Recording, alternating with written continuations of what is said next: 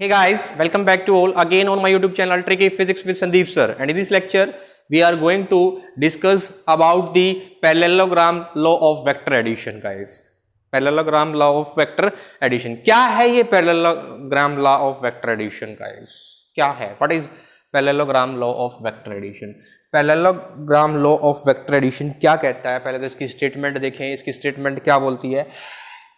If two vectors are represented in magnitude and direction by the adjacent side of parallelogram, ये कहता है अगर दो वेक्टर्स रिप्रेजेंटेड होते हैं किससे, दो साइड से, किसकी, पैरेललोग्राम की, वो भी कौन सी साइड से, एडजेसेंट साइड्स. एडजेसेंट साइड जानते हो, ये these are adjacent sides, these are adjacent sides, ये एडजेसेंट साइड्स है, एक दूसरे के लगते हुए है. ठीक है, अगर दो वेक्टर रिप्रेजेंट करे जा रहे हैं, दो वेक्टर्स की डायरेक्शन और मैग्नीट्यूड रिप्रेजेंट किए जा रहे हैं, किसके द्वारा किए जा रहे हैं, पैरेललोग्राम की दो एडजेसेंट साइड से. ठीक है, और जिनका कॉमन ओरिजिन हो, एडजेसेंट साइड का ओरिजिन क्या हो, कॉमन हो. देखो ओरिजिन क्या है दोनों का, आप दोनों का ओरिजिन देखना क्या है, इन दोनों का ओरिजिन देखना. जैसे ये रिप्रेजेंट कर रही है ए वेक्टर को और ये रिप्रेजेंट कर रही है बी वेक्टर को, दोनों का ओरिजिन क्या है, ये है, दैट इज द ओरिजिन. ये है ना दोनों का ओरिजिन, यहां से दिखा रहा हूं, तो ये दोनों का क्या है गाइज, ओरिजिन है. ठीक है, तो ये कह रहा है अगर दो वेक्टर और उन डायरेक्शन, दो वेक्टर की डायरेक्शन और मैग्नीट्यूड रिप्रेजेंट की जा रही है दो साइड से पैरेललोग्राम की, और जिनका ओरिजिन क्या है, सेम है, तो there resultant is represented by diagonal of the parallelogram. जो रिजल्टेंट होगा उन दोनों वेक्टर्स का, वो कैसे दिखाएंगे हम, डायगोनल से दिखाएंगे, किसकी, पैरेललोग्राम की डायगोनल से. और ठीक है, और डायगोनल का भी सुन लो ओरिजिन क्या होना चाहिए, डायगोनल का ओरिजिन भी क्या होना चाहिए, सेम होना चाहिए जो इन दो साइड्स का ओरिजिन था. गाइस देखो अभी ड्रॉ करके दिखाता हूं, जब आप समझोगे. हमारे पास सपोज करो ये दो वेक्टर्स हैं, एक वेक्टर ये है और एक वेक्टर ये है. पैरेललोग्राम है तो ऐसी ही बनेगी साइड बेटा, पैरेललोग्राम है तो साइड्स कैसी बनेगी, ऐसी ही बनेगी. सपोज करो this is B vector and this is A vector, दोनों की दोनों एडजेसेंट साइड्स है ना, एडजेसेंट साइड्स है या नहीं है, और दोनों का ओरिजिन भी क्या है, सेम है. ओरिजिन देखना क्या है, सेम है ना ओरिजिन दोनों का, देख लो दोनों का मैग्नीट्यूड, दोनों का मैग्नीट्यूड, दोनों की डायरेक्शन. ठीक है, कहाँ से कहाँ, दोनों के दोनों एडजेसेंट वेक्टर्स है ना, ओरिजिन देखो दोनों का सेम है. ठीक है, ठीक है. अब ये कहता है जो इनका रिजल्टेंट होगा वो किससे दिखाया जाएगा, इन दोनों की डायगोनल से. रिजल्टेंट किससे दिखाएंगे, डायगोनल से. ठीक है, ए वेक्टर और बी वेक्टर की डायगोनल से. ठीक है, हम क्या करेंगे, ए वेक्टर को थोड़ा, इसको जो बी वेक्टर है इसको थोड़ा हॉरिजॉन्टल वे में इस तरफ बढ़ाएंगे डॉटेड. ठीक है, और इसको इसके साथ मिलाएंगे, इसको इसके साथ मिलाएंगे. ठीक है,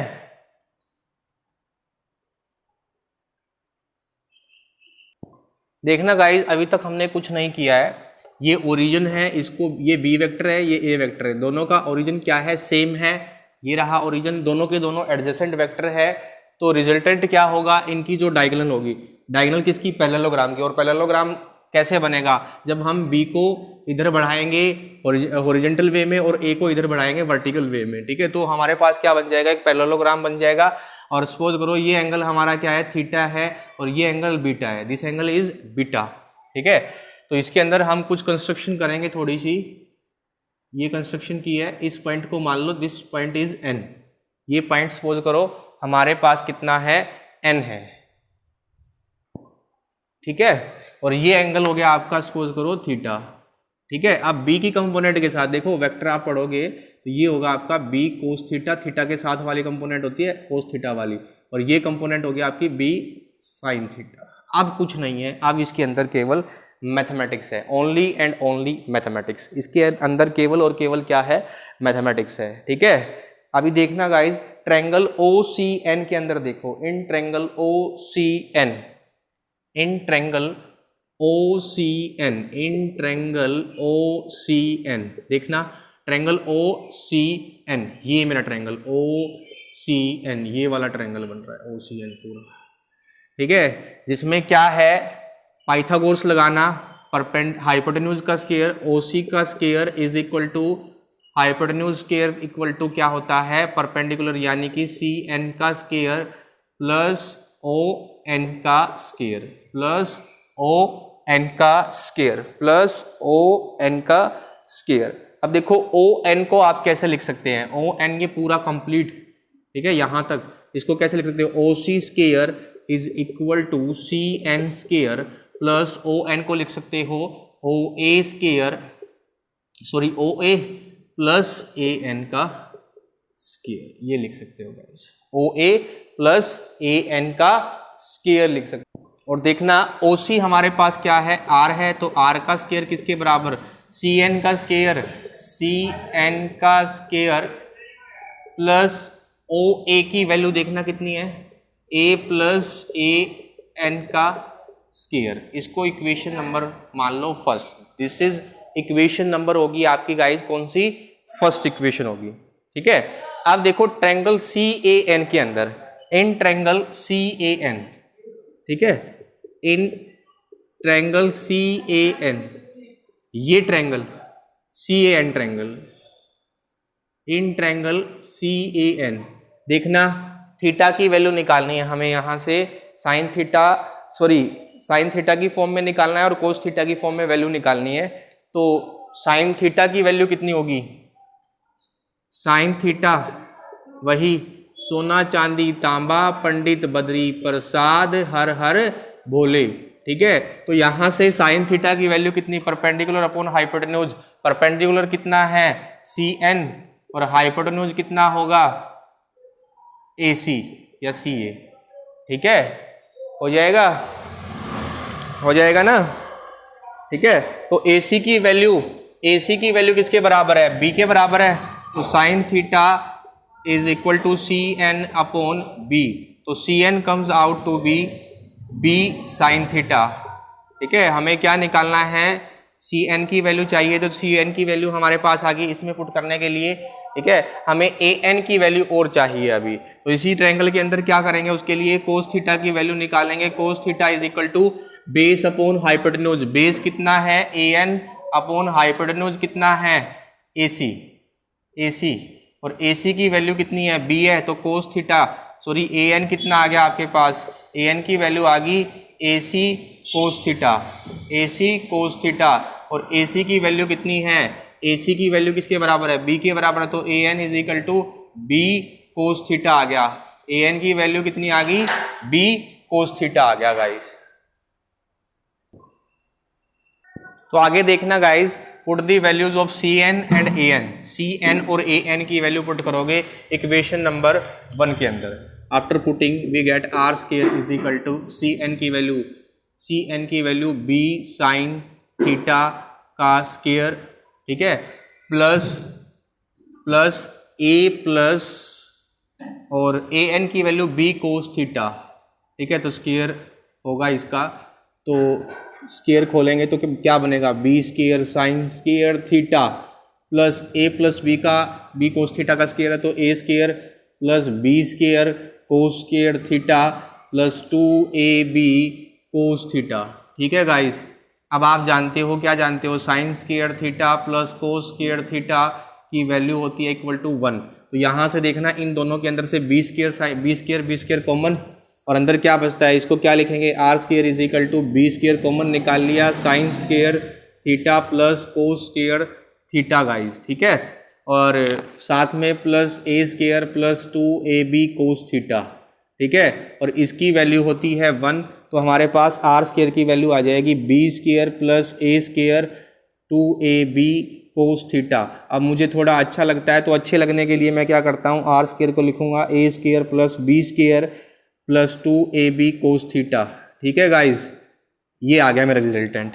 और रिजल्टेंट कंप्लीट रिजल्टेंट क्या होगा, इसका अंडर द रूट लिखेंगे, क्योंकि स्क्वायर है, आर स्क्वायर की वैल्यू है ना, तो आर की वैल्यू कितनी हो जाएगी, under the root A square plus B square plus 2ab cos theta guys, ये हमारा रिजल्टेंट है, that is the resultant, that is the resultant we required, जो हमें चाहिए था। ये वो रिजल्टेंट है जो हमें चाहिए था। ठीक है, अब इसमें भी डिफरेंट डिफरेंट केसेस बनते हैं। केसेस क्या बनते हैं गाइज, अगर थीटा की वैल्यू क्या हो, 0 डिग्री हो, थीटा की वैल्यू 180 डिग्री हो, तो उस केस में क्या होगा। ठीक है, तो देखना guys, if theta is case number 1, case number 1 जो हमारे पास है वो है case number 1 when theta is equal to 0 degree. जब थीटा की वैल्यू 0 डिग्री होगी तो आर की वैल्यू कितनी हो जाएगी, under the root A square plus B square plus 2ab cos 0, और कोस 0 की वैल्यू कितनी होती है गाइज, 1 होती है। तो आर की वैल्यू कितनी आ जाएगी, under the root A square plus B square plus 2ab, because cos 0 is equal to 1। तो आर की वैल्यू कितनी आ जाएगी, ए प्लस बी का होल स्क्वायर बन गया है। तो बाबा अंडर द रूट और ये हट जाएगा अंडर द रूट इससे, तो रिजल्टेंट कितना बन जाएगा, ए प्लस बी रिजल्टेंट कितना बन जाएगा इस केस में, ए प्लस बी बन जाएगा। जब थीटा की वैल्यू कितनी होगी आपके पास, 0 डिग्री होगी। इसका मतलब दो साइड्स के बीच में एंगल कितना होगा, 0 डिग्री होगा। ठीक है, जब दो लाइन्स एक दूसरे के क्या होंगी, पैरेलल होंगी। ठीक है, नेक्स्ट केस है जब case number second when theta is equal to, case number second when theta is equal to 180 degree, तो उस केस में रिजल्टेंट कितना आएगा, under the root A square plus B square plus 2ab cos 180, and cos 180 is equal to -1। Cos 180 की value होती है guys -1, तो रिजल्टेंट कितना बन जाएगा, under the root A square plus B square plus minus हो जाएगा ना, -2ab हो जाएगा ये तो। ठीक है, जिसको हम क्या लिख सकते हैं, a माइनस बी का होल स्क्वायर लिख सकते हैं ना, इसको क्या लिख सकते हैं, a माइनस बी का होल स्क्वायर। तो इसकी वैल्यू कितनी आ जाएगी, r इज इक्वल टू आ जाएगा a माइनस बी आ जाएगा गाइज। r की वैल्यू कितनी आ जाएगी हमारे पास, a माइनस बी आ जाएगा। ठीक है, अब थर्ड केस बनता है, यानी कि 180 का मतलब क्या है, अगर दो वेक्टर देखो ऐसे हो, a वेक्टर ऐसे हो और b वेक्टर ऐसे हो, ओरिजिन सेम हो, ठीक है, तब r की वैल्यू क्या होगी, a माइनस बी होगी। अगर a वेक्टर ऐसे हो और b वेक्टर ऐसे हो, ठीक है, इनके बीच में, सॉरी ये तो 90 के लिए हो गया, अगर इनके बीच में a वेक्टर ये हो और b वेक्टर ये हो, थीटा की वैल्यू 0 डिग्री हो, तो उस केस में r की वैल्यू कितनी आ रही है, a प्लस बी आ रही है। अभी दोनों केसेस किए हैं हमने दोनों केसेस डिस्कस किए हैं। अब केस नंबर 3 है गाइज। केस नंबर 3 में हमें बोला गया है जब थीटा की वैल्यू 90 डिग्री हो, थीटा की वैल्यू 90 डिग्री होगी तो कोस 90 की वैल्यू आप जानते हैं कितना होता है, 0 होता है। तो आर की वैल्यू कितनी आ जाएगी, under the root A square plus B square plus 2ab cos 90 0, तो कितना 0, तो under the root A square plus B square क्या आ जाएगा, रिजल्टेंट आ जाएगा। जब हमारे पास दो वेक्टर्स एक दूसरे के परपेंडिकुलर होंगे, 90 डिग्री पे होंगे, this is A vector, this is B vector, तो दोनों के बीच में एंगल कितना होगा, 90 डिग्री पे होगा। तो रिजल्टेंट कितना होगा, under the root A square plus B square, under the root A square plus B square होगा गाइस।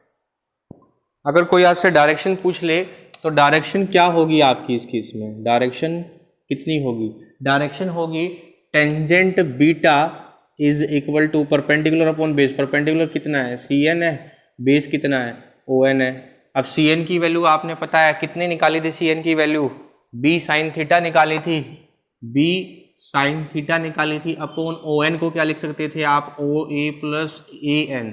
ठीक है, अब an की वैल्यू क्या निकाली थी और oa की तो पता ही है आपको, तो कितना बन जाएगा टेंजेंट थीटा, यानी टेंजेंट बीटा, सॉरी थीटा नहीं, तो b sign theta upon oa की वैल्यू, oa की वैल्यू देखना किसके बराबर, b के बराबर। ठीक है, प्लस an कितना निकाला था, an कितना निकाला था, b साइन कितना निकाला था बेटा, b कोस थीटा निकाला था, कितना निकाला था, oa की वैल्यू तो कितनी है आपके पास, oa की वैल्यू देखना, oa मैंने गलत पुट कर दिया है बेटा, oa कितना है देखना, oa कितना है, ए वेक्टर है बेटा, ये तो ए है, इसकी वैल्यू तो ए है, प्लस ए एन कितना निकाला था, ए एन निकाला था बी कोस थीटा, ये निकाला था। तो डायरेक्शन कितनी हो जाएगी हमारे पास, डायरेक्शन कितनी हो जाएगी, tangent beta is equal to B sine theta upon A plus B cos theta.